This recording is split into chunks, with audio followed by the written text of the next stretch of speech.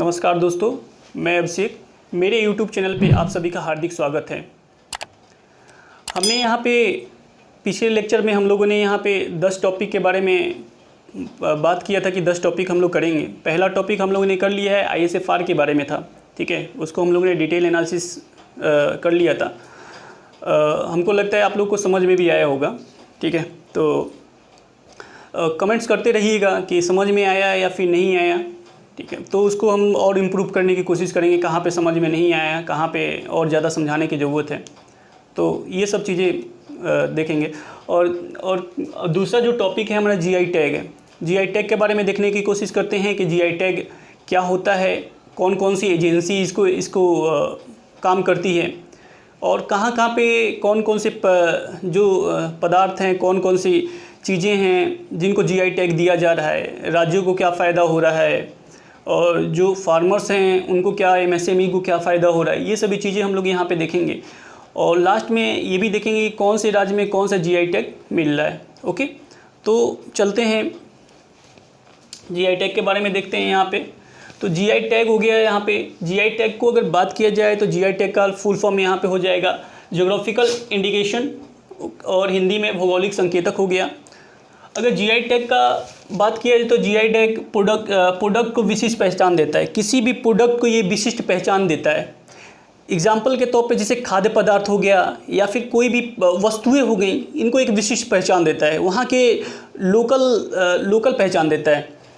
ये आपका हो गया। जैसे खाद्य पदार्थ में कोई फल हो गया, मिठाई हो गया, फल में जैसे अल्फांसो आम हो गया, समथिंग लीची हो गया, कहाँ का ये कह सकते हैं कि कहाँ का ये GI टैग है। तो ये सब चीज़ें देखते हैं। और जैसे वर्ल्ड लेवल की बात किया जाए, वर्ल्ड लेवल पर WIPO तथा WTO मैनेज करता है। WIPO तथा WTO मैनेज करता है वर्ल्ड लेवल पे GI टैग को। जैसे फ्रांस का वाइन है, ठीक है। अगर फ्रांस की वाइन की बात किया जाए तो वो मेनली फ्रांस में ही वो वाइन बनाया जाता है, और कहीं भी वैसा बनाया जाएगा अगर उसे फ्रांस का वाइन नाम दे दिया जाएगा तो वहाँ पे एक तरीके से कह सकते हैं कि उनके ऊपर पेनाल्टी, उस देश के ऊपर पेनाल्टी कुछ ना कुछ लगा दिया जाएगा, ठीक है, किसी एक्ट के अंतर्गत। तो हमें यहाँ पे किसी वर्ल्ड लेवल पे जो एक्ट है उसके बारे में तो जानने की ज़रूरत नहीं है, लेकिन इंडिया का जो एक्ट होगा उसको हम लोग देखेंगे। तो ये WIPO के बारे में थोड़ा सा देख लेते हैं, ब्रीफ इंट्रोडक्शन थोड़ा सा देख लेते हैं यहाँ पे। तो WPO का अगर फुल फॉर्म की बात किया जाए तो वर्ल्ड इंटेलेक्चुअल प्रॉपर्टी ऑर्गेनाइजेशन हो गया यहाँ पे, और एजेंसी ऑफ UN, मतलब UN की एक एजेंसी है। क्वेश्चन पुटअप यहाँ पे किया जा सकता है कि UN की एजेंसी है या नहीं है। और हेड क्वार्टर है जिनेवा जो है स्विट्ज़रलैंड की कैपिटल है। ये हो गया। अगर WTO की बात की जाए तो WTO हो गया WTO का इस्टेब्लिशमेंट 1995 हो गया, और जो इसका हेड क्वार्टर है वो भी जिनेवा में ही है। तो दोनों का यहाँ पे जिनेवा हो गया आपका हेड क्वार्टर। इंडिया के बारे में, अब इंडिया में देखा जाए तो इंडिया में geographical indication of goods act 1999 के द्वारा रजिस्टर किया जाता है। GI टैग को किसके द्वारा, किस एक्ट के द्वारा, 1999 के द्वारा यहाँ पे रजिस्टर किया जाता है। ये इंपॉर्टेंट यहाँ पे फैक्ट है।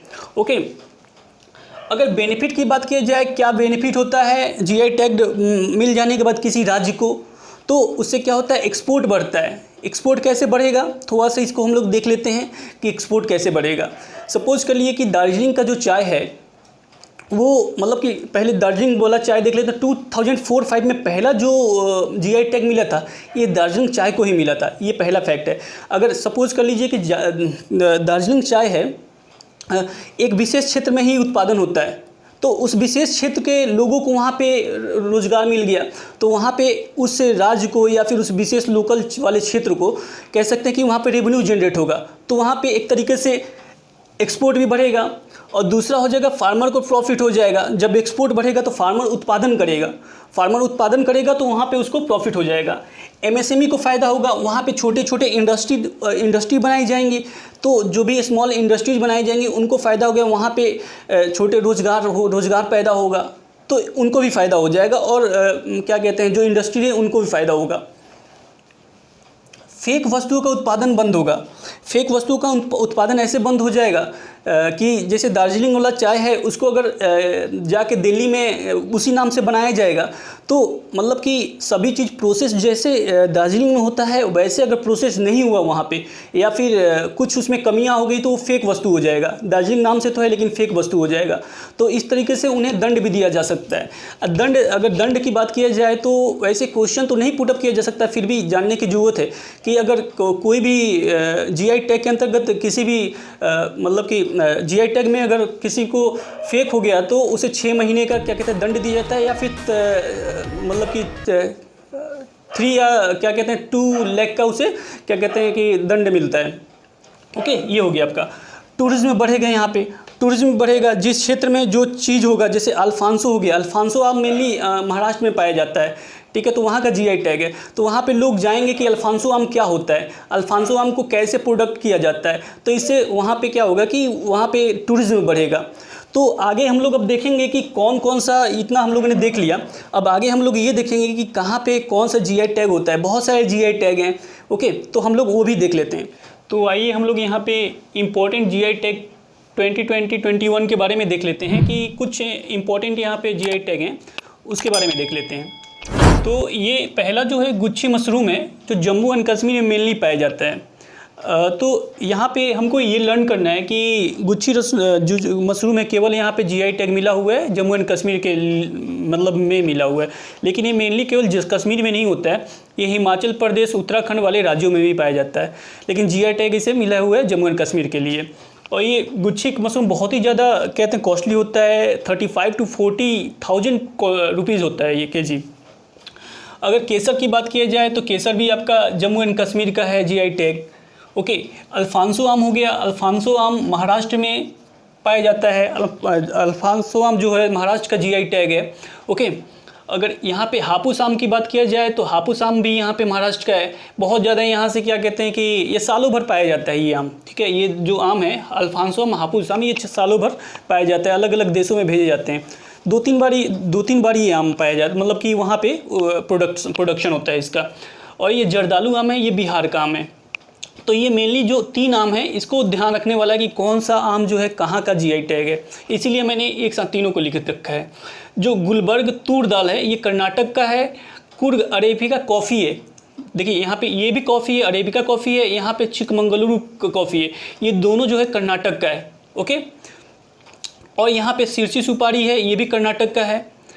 तो ये सभी चीज़ें हम लोग को ध्यान से रटने वाली चीज़ें हैं, फैक्ट वाली चीज़ें हैं, इसको ध्यान से हमको देखना पड़ेगा। कतरनी जो चावल है ये बिहार का GI टैग मिला हुआ है इसे। मधुबनी पेंटिंग है, मधुबनी के बारे में आप लोग बहुत अच्छे से जानते होंगे। मधुबनी पेंटिंग होता है जो हाथों से दीवारों पे किया जाता है। आप कभी बिहार में जाएंगे तो देखेंगे मधुबनी वाले क्षेत्र में बहुत ज़्यादा एक दीवारों पे बहुत लंबे लंबे दीवारों पे की गई हैं पेंटिंग ये। ओके, चुनार जो बलुआ पत्थर है ये UP का है। और यहाँ पे खाजा हरमल मिर्च है, ये गोवा का आपका GI टैग मिला हुआ है। यहाँ पे मिंदोली केला है, ये भी गोवा का यहाँ पे GI टैग गोवा को मिला हुआ है। तेलिया रुमाल तेलंगाना को मिला हुआ, त से तेलिया त से तेलंगाना, इसको ऐसे लर्न कर सकते हैं। देखिए लर्न करना है आपको, उसको कैसे भी लर्न करने, या फिर निमोनिक्स बना के लर्न करें या फिर माइंड मैपिंग करके लर्न करना है आपको वहाँ पे, ठीक है। यहाँ पे तिरुवर पान है, यह केरल को मिला हुआ है यहाँ पे GI टैग। एक मगही पान है, 2 पान है यहाँ पे, एक तिरुवर पान है, एक जो केरल को मिला हुआ है GI टैग, और नेक्स्ट जो आपका मगही पान है, मगही पान जो है बिहार को मिला हुआ है यहाँ पे GI टैग। ओके, नेक्स्ट चलते हैं। यहाँ पे हल्दी के बारे में दे रखा है, कंधमाल हल्दी। तो कंधमाल हल्दी जो GI टैग मिला हुआ है यहाँ पे उड़ीसा को मिला हुआ है। नेक्स्ट है यहाँ पे सांगली हल्दी हो गया और ईरोड हल्दी हो गया। 3 तरीके के यहाँ पे हल्दी हैं, ठीक है। तो एक जगह मैंने हल्दी के बारे में दे रखा है कि कंधमाल हल्दी उड़ीसा में GI टैग है, सांगली जो हल्दी है महाराष्ट्र का है, और जो ईरोड हल्दी है तमिलनाडु का है। ये 3 हल्दियाँ हैं, ठीक है। मयूर गुड़ की बात किया जाए तो मयूर गुड़ यहाँ पे केरल है, और सिलाव खाजा है बिहार का, बहुत ही ज़्यादा इम्पोर्टेंट एक तरीके से स्वीट है। और शाही लीची बिहार का है। लीची के बारे में जानते होंगे, मुजफ्फरपुर ज़िले में बहुत ज़्यादा मात्रा में होता है। और तेजपुर एक लीची है, तेजपुर नाम से भी लीची है जो असम में पाया जाता है, ठीक है। तो ये हमारे 23 और एक यहाँ पे 24 मैंने GI टैग के बारे में बताया आपको, ठीक है। बहुत सारे 2020 या 21 में बहुत सारे GI टैग हुए हैं, लेकिन जो इंपॉर्टेंट GI टैग है वो मैंने आपको यहाँ पे बताने की कोशिश की है। और भी जो GI टैग होगा वो आप अपने बुक से या फिर जो भी न्यूज़पेपर है वहाँ जो पढ़ते होंगे उसमें से देख सकते हैं, ठीक है। और इसको बहुत अच्छे से लर्न कर लीजिएगा, क्योंकि मिलान करने के लिए आता है। अगर इतना भी लर्न कर लेंगे आप तो आप एलिमिनेट आराम से कर सकते हैं। Thank you very much, have a nice day.